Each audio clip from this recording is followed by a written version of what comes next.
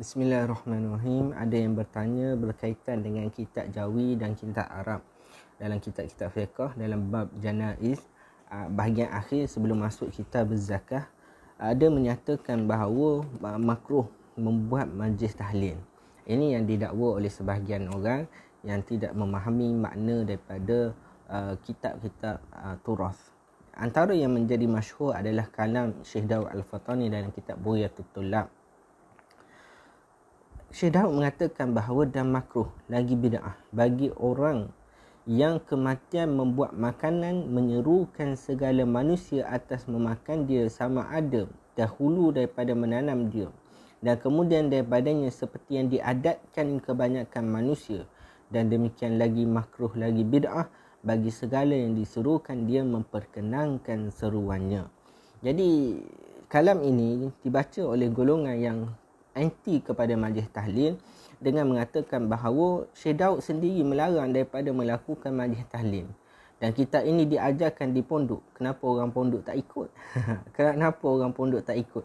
Orang pondok lah paling banyak melakukan majlis tahlil. Jadi sebab itu mereka mendakwa kita cuba menyembunyikan fakta daripada kitab-kitab pondok.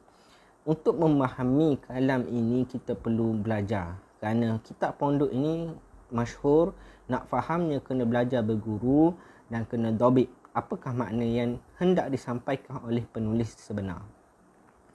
Sebab itu sebenarnya kitab-kitab pondok membawakan kalam ataupun nafs yang lebih kurang sama, ibarat yang lebih kurang sama, iaitu contohnya dalam kitab Bahrul Al-Wafi yang dikarang oleh Syekh Muhammad bin Ismail Al-Fatani. Dalam tu juga menyebut dan makruh lagi bid'ah bagi yang kematian membuat makanan yang diserukan manusia atas makanan dahulu daripada ditanam mayit dan kemudian daripadanya seperti yang telah berlaku adat, demikian lagi makruh lagi bid'ah bagi segala mereka yang diserunya memperkenankan seruannya. Di dalam ni jelas yang dimakruhkan ataupun yang dibid'ahkan adalah membuat makanan dan memanggil orang untuk makan. Jadi apa yang dimakruhkan sebenar? Inilah yang dijelaskan oleh guru-guru pondok bahawa yang dimakruhkan sebenar adalah majlis keramaian, majlis jamuan semata-mata kerana kematian. Dan kematian itu apa? Kematian itu adalah perkara yang duka cita, perkara yang sedih, maka tidak disyariatkan untuk melakukan majlis makan atas kesedihan. Itulah yang dimakruhkan. Kenapa makruh? Kerana berlawanan dengan sunnah. Apa yang sunnah? Sunnahnya adalah membuat majlis kerana kegembiraan. Ini yang disebut oleh Allamah Mulla Ali Al-Qari, wa kullu allaluhu bi annahu syuri'a fi surur la fi syurur. Kata Imam Allamah Al-Qari, Mulla Ali Al-Qari, yang disyariatkan adalah dalam keadaan gembira. Membuat jamuan makan tu disyariatkan dalam keadaan gembira, perkara yang kita suka. Tidak disyariatkan dalam perkara yang tidak menggembirakan, apatah lagi perkara yang menyabitkan berkaitan dengan kematian. Maka sebab itulah itu dimakruhkan. Kenapa makruh? Berlawanan dengan sunnah. Kenapakah dikatakan bid'ah? Kerana sunnah Nabi dahulu buat majlis apabila gembira, bukan buat majlis apabila bersedih. Jadi itu yang dimakruhkan. Tidak sama dengan kefahaman orang sekarang yang mengatakan bahawa majlis tahlil yang kita buat itu adalah makruh lagi bid'ah. Kerana apa? Memperalatkan semata-mata kitab-kitab Jawi ni. Sedangkan membuat majlis tahlil pada zaman sekarang tidak mempunyai ilah yang sama. Tidak mempunyai sebab yang sama dilarang ataupun dimakruhkan tersebut. Kerana kita tahu bahawa sesuatu hukum itu bergantung kepada ilah. Kalau ada ilah, maka adalah hukumnya. Jika ilah itu berubah, maka berubahlah hukumnya. Kaedah menyebutkan al-hukmu yaduru ma'a illatihi wujudan aw adaman.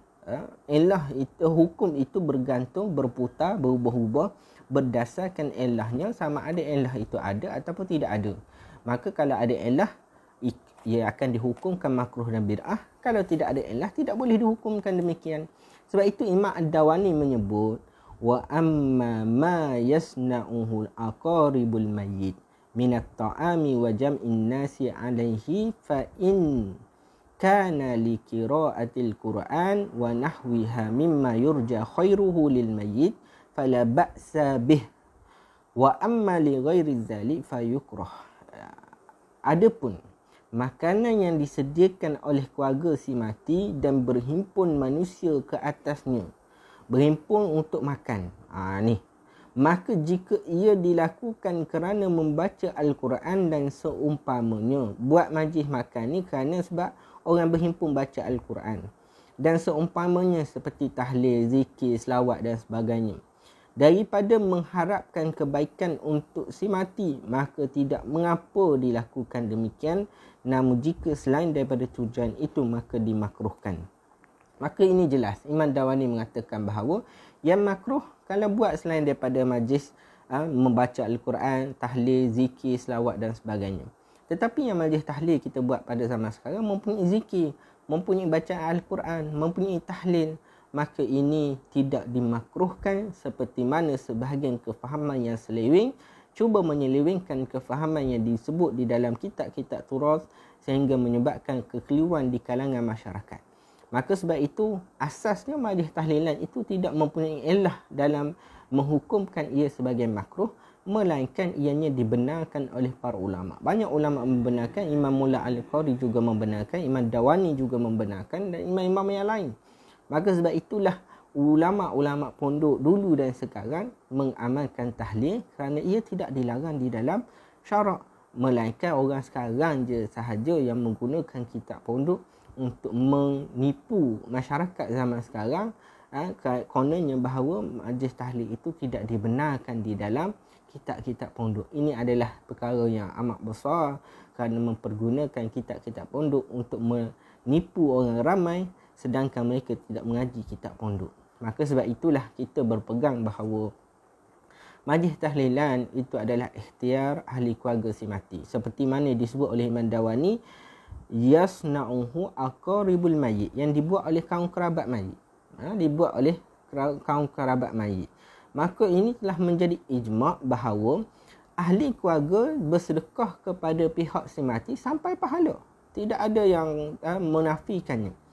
Mana-mana ahli keluarga, anak ataupun ayah ataupun isteri ataupun adik-beradik cuba bersedekah bagi pihak ahli keluarganya yang meninggal dunia itu sampai mengikut ijma' ulama'. Maka bagaimanakah sedekah yang hendak dibuat terpulang, sama ada nak sedekah di pusat kebajikan ataupun nak bersedekah di masjid ataupun nak bersedekah kepada gelandangan. Tetapi pada masyarakat zaman sekarang memilih untuk bersedekah, makanan disediakan di rumah, orang datang makan rumah, makan apa? Makan makanan yang disedekahkan oleh keluarga si mati.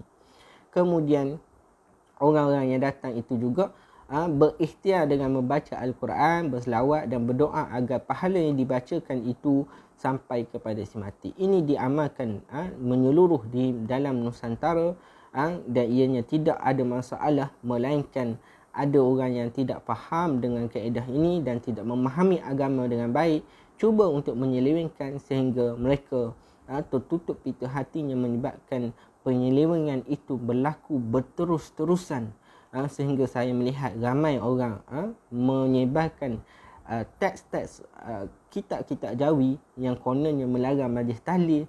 Sebenarnya yang dilarang itu perkara yang lain. Jadi bolehkah kita nak ambil A nak larang B, sedangkan A cakap benda lain, B tu benda lain. Itu bersalahan dengan kaedah syarak. Kalau dibenarkan perkara ini akan menyebabkan agama itu mudah diselewengkan. Setakat itu sahaja. Semoga mendapat manfaat. Wabillahi taufiq wal hidayah. Assalamualaikum warahmatullahi wabarakatuh.